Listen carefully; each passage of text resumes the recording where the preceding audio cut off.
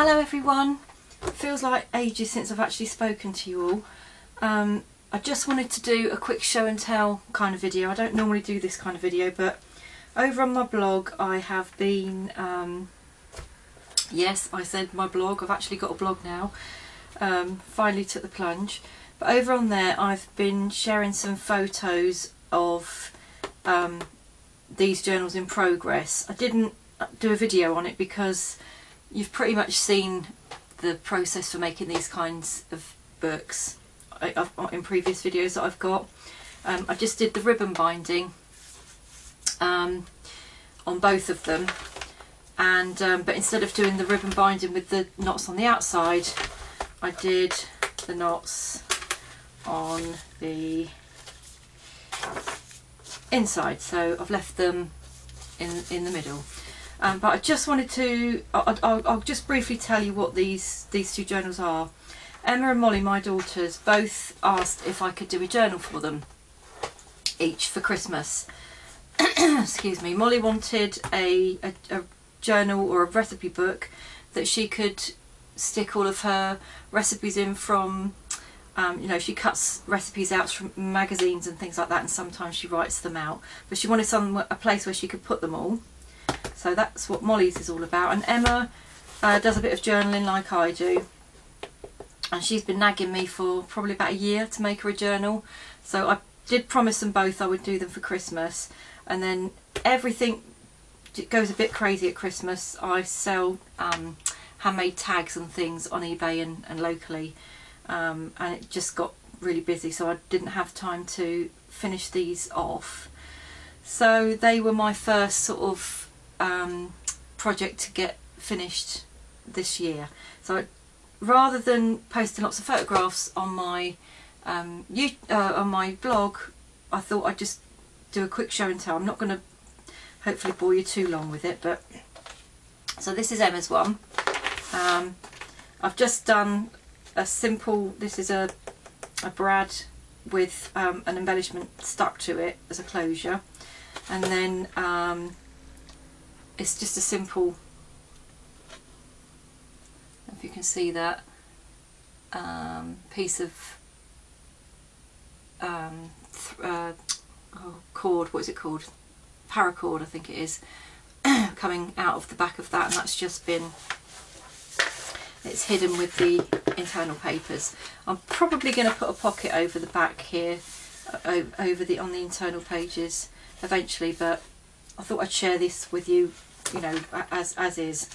And then as a bookmark, I've used the same ribbon that I used for the binding, and I've just threaded it through. Again, I've just put a little I've neatened up the hole with a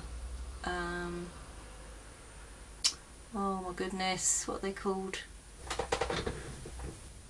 I literally just had to shut the camera off for ages because I completely went blank.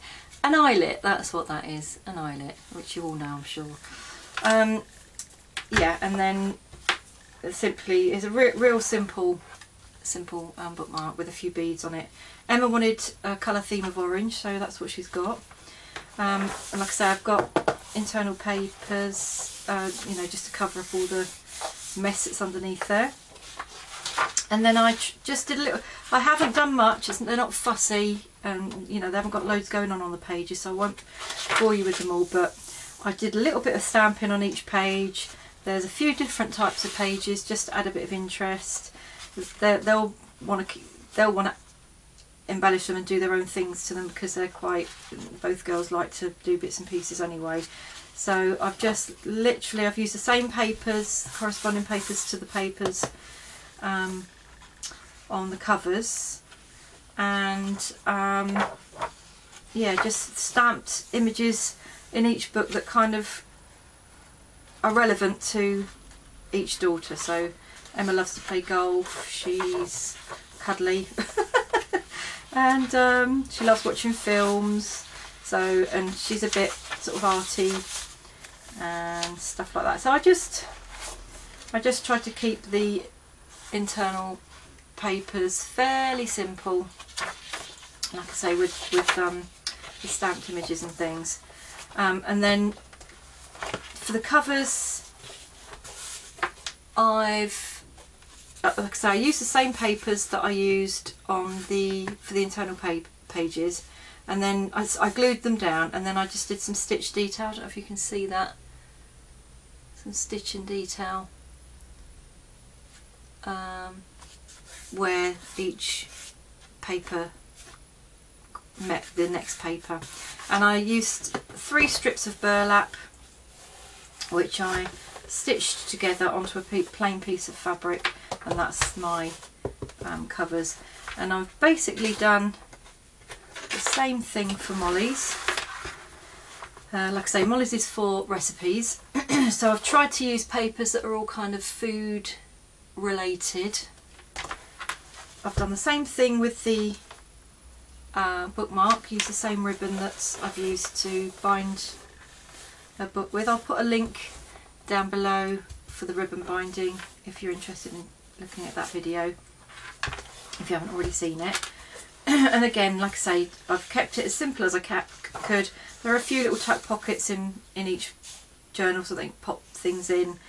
And I've tried to stamp, I've pulled out all my stamps that are kind of food related and just stamped those on, apples and yummy and fairy cakes and cupcakes, and all things that are kind of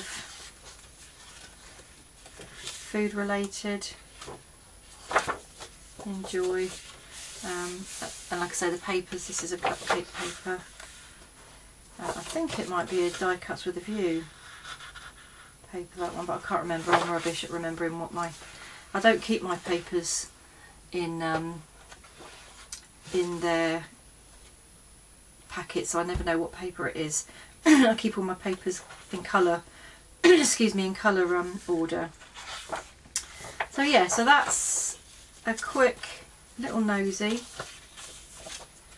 of them. And again, like I did the same thing, I used an eyelet with paracord that matched Molly's. I tried to keep them both fairly similar, one because I was doing 2 at the same time and it was easier to sort of do them similar, and 2 because I never like to give, I like the girls to be, everything to be equal. Don't want one to have more than the other, or you know, so I always try and keep everything equal for them both. So that is a really, really speedy project share of these 2 journals. I'll put a link to the blog post as well below if you want to have a little look at that. And that's pretty much it. So thank you for watching, and I'll speak to you again soon. Thanks then, bye bye.